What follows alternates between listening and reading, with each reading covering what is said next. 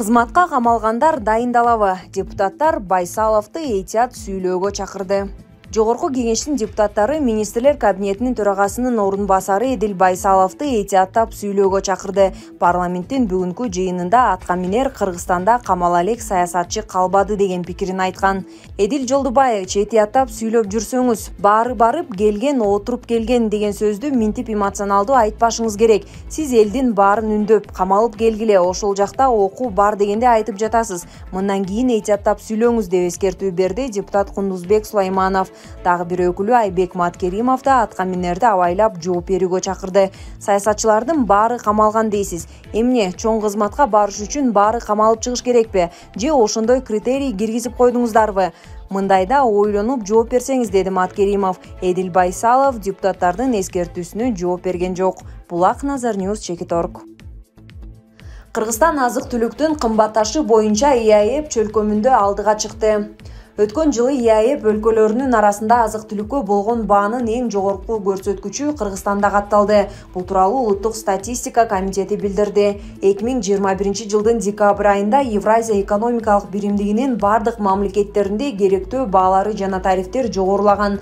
Бир жылда керектөө секторунда инфляциянын эң жогорку деңгээли 11,2% Кыргызстанда байкалган. Өлкөдө тарифтер жана азык-түлүк баасы алкоголдук ичимдик жана тамекилерди алуу менен 13,3%га өскөн. Ал эми азык-түлүк эмес товарлардын жана кызматтардын кымбатташы боюнча Беларусь алдыга чыккан. ИАЭП өлкөлөрүндө 2021 жылдагы инфляциянын деңгээли: Армения 7,7%, Беларусь 10%, Казакстан 8,4%, Кыргызстан 11,2%, Россия 8,4%. Булак Назар Ньюс, Чекиторг.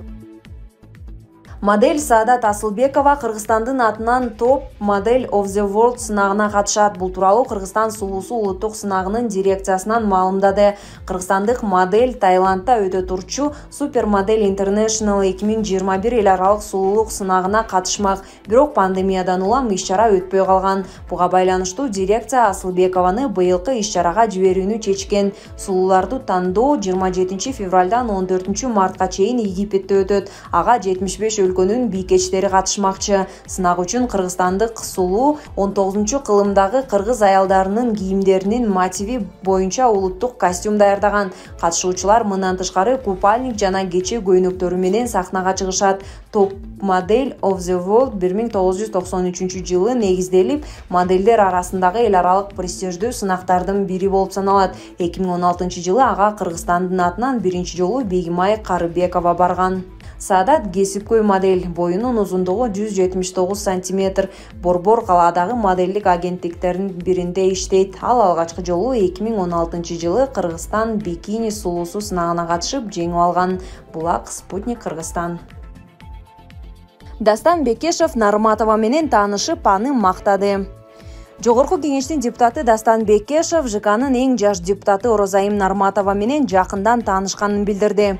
Акыркы күндөрү дипломдун жасалмалыгы тууралуу чуу болуп жаткан Бүтүн Кыргызстан фракциясынын депутаты Орозайым Нарматова Улуттук коопсуздук комитетине сурак берип, ал эле эмес атасы дагы суралып жатканы белгилүү болгон. Атайын кызмат депутат Жалал Абад мамлекеттик университетинен алган дипломуна байланыштуу чакырылганын билдирген.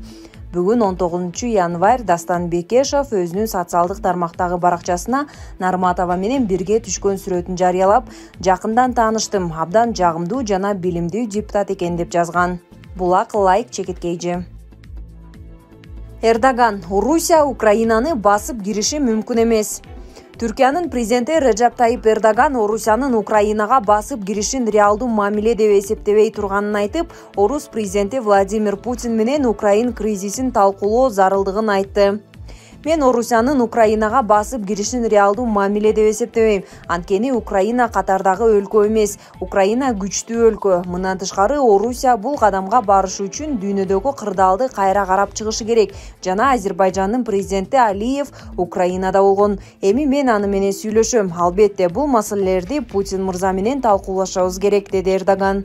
Орусия батыштын жана Украинанын агрессивдүү аракеттери боюнча айыптоолорун бир нече жолу четке кагып, болуп, ал эч кимди коркутпай турганын жана эч кимге кол салбай турганын билдирген жана орус агрессиясы жөнүндөгү билдирүүлөр НАТОнун аскерий техникасын көбүрөөк жайгаштыруу үчүн шылтоо катары колдонулуп жатканын айтууда. Орусиянын тышкы иштер министрлиги мурдараак белгилегендей, батыштын орус агрессиясы жана Киевке андан коргонууга жардам берүү мүмкүнчүлүгү тууралуу билдирүүлөрү күлкүлүү да кооптуу да.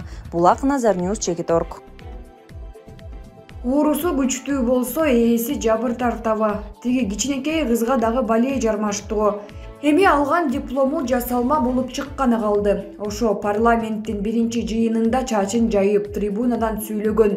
Ошондо эле бул кыз сообу дешкен. Көрсө кыздын билими тайкы болуп чыкты. Азыр бийликти жактырбагандар, бийликке кызматка жетпей калгандар, алардын тарапташтары бүт эле Оразайым Нарматованы жактап, бийлик жок жерден эле куугун туктап, эки дос өч алып жатат деп чуулдатып жатышат. Алардын кебине кулак салсаң, бул Нарматова деген кыз сүттөн ак экен. Эки дос гана аны жок жерден алып көргө салып жатышкан имиш. Чынына келсек, андай эмес да. Нарматова дипломду мыйзамсыз окубай эле алыста жүрүп алып койгон экен. Диплому жасалма болсо, анда ал жасалма диплому менен БШКны элди алдап депутат болуп алганы кандай? Бул алдамчылык эмеспи? Бүт элди, мамлекетти алдаган болуп калбайбы? Максат эле мандат болсо, анда туура жолду тандап, мыйзамдуу диплом менен, ак ниет менен эле болсо болбойбу? Канчалаган эр азаматтар чыныгы диплом менен эле депутат болуп кызмат кылып жүрүшөт го. Нарматова же башкачабы? Эмнеге аны актап, жактап жатышат? Чын, Нарматова гана эмес, диплому жасалма болгон башкаларда көп. Алар да мандат кызмат алышса керек, аларды да текшерүү керек. Жасалма болсо, аларды да жоопко тартуу керек. Бул мыйзамдуу талап, бирок башкалардын деле диплому таза эмес болсо, анда Нарматованын дипломун текшербей жөн койгон болобу? Анда жүрө берсин, мейли эми деп койсок болобу? Чындык кайда калат? Же жасалма диплом алып, мен жогорку билимдүүмүн деп баарын алдагандар мандат ала беришсинби? Мыйзамдуу талап мындай эле кала берсинби? Бизде деги качан тартип болот? Эгер Нарматованын диплому жасалма болсо, ал окубай жүрүп эле махинация менен берилсе, анда диплом жокко чыгарылышы керек. Дипломунан айрылган Нарматова алдагандыгы, мыйзамсыз иш жасаганы үчүн мандатын тапшырышы керек. Диплом махинациясына катышкан университет мугалимдери жоопко тартылышы керек. Бул баарына сабак болгудай болсун. Андан соң парламенттеги депутаттардын да дипломдору текшерилип, жасалма болсо, алар да мандатынан ажыратылсын. Ошондо гана мындан ары тартип орунмойт, башкаларга сабак болот. Диплому башкалар арыраак барып ойношот. Парламентте креслодо чалкалабастан, өзү таза эмес, мыйзамды аттаган, уят иш жасаган башкаларга да сын артпашы керек. Ага моралдык укуктары жок болот. Эгер өзү таза эмес болуп, болбой эле сын такса, анда ал бетпак болот. Эмне парламентте бетпактар иштесинби? Алдамчылар отурсунбу? Сабатсыздар бийлесинби? Болбойт да. Жогорку кеңеш Кудайдан жөө качып тозгондор барчу жер эмес. Татыктуулар гана отурсун ал жерде. Талап ушундай. Эми текшерүү, тергөө бүтсүн, аныгын билели. Ага чейин ажылдашпай ишибизди жасайлы. Негизи алдамчыларды коргобойлу, мыйзамды коргойлу. Саясий ботко.